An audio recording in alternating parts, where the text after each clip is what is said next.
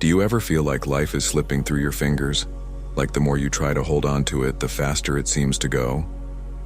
I've felt that too. And over the years, I've learned that time isn't something we can control, but it's something we can choose to honor.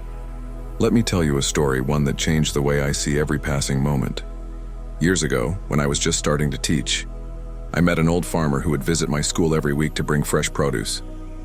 He was always calm, always smiling, and one day, I asked him the secret to his serenity. He told me, "I treat each day like my field. Some days are for planting, some for harvesting, and others are just for resting. But every day has its purpose, and I never rush the seasons." That simple wisdom stayed with me because it taught me that time isn't an enemy to be fought. It's a rhythm to be danced with. We often spend our days racing against the clock, trying to do more, achieve more, and be more.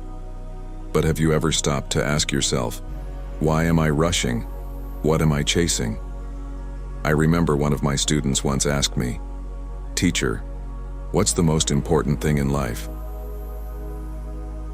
I smiled and told him, "That depends.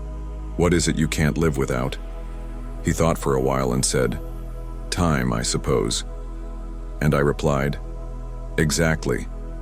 Time is the most precious gift, and yet it's the one we waste most easily.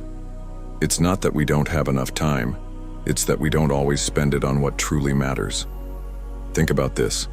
If you had a jar and you needed to fill it with rocks, pebbles, and sand, what would you add first? If you start with the sand, there's no room for the rocks. But if you start with the rocks, the rest can fill the spaces around them. Your life works the same way. The rocks are your core priorities, your health, your loved ones, your passions, and everything else is just filler. An old mentor of mine used to say, "It's not the things we do that we regret the most, it's the things we leave undone." He was right. One of his greatest lessons was about the importance of presence. He told me a story about a man who spent his whole life chasing success. On his deathbed, he realized he had climbed the ladder of life, only to find it was leaning against the wrong wall. What he wanted most wasn't the success he had achieved, but the moments he had missed. Watching his children grow, sharing meals with his family, and simply being present for the people he loved. I've carried that story with me, and every time I feel the pull to do more, to achieve more, I remind myself to pause and ask, am I climbing the right wall? Presence isn't just about being there physically.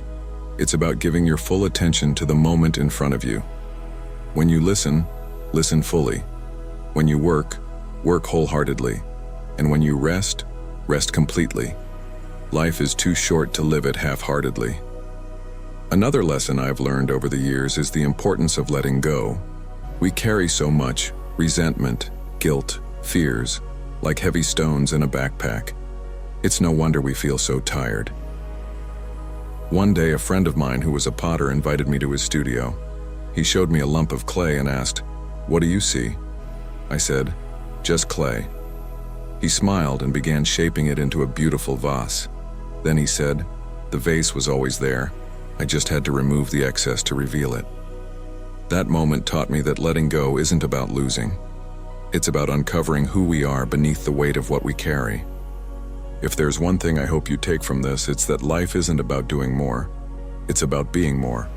More present, more kind, more grateful. Every sunrise is a chance to start anew, to set down the heavy stones, and to focus on the things that truly matter. And while we can't control the length of our lives, we can shape their depth by how we choose to spend each moment. So I leave you with this question. What will you do with your time? Will you rush through it, chasing things that don't fulfill you? Or will you pause, reflect, and invest it in the things that make your heart sing? Remember, the best way to honor time is to live it fully, with intention and love. Thank you for sharing this moment with me. Now, go live your time with purpose, and let it become your masterpiece.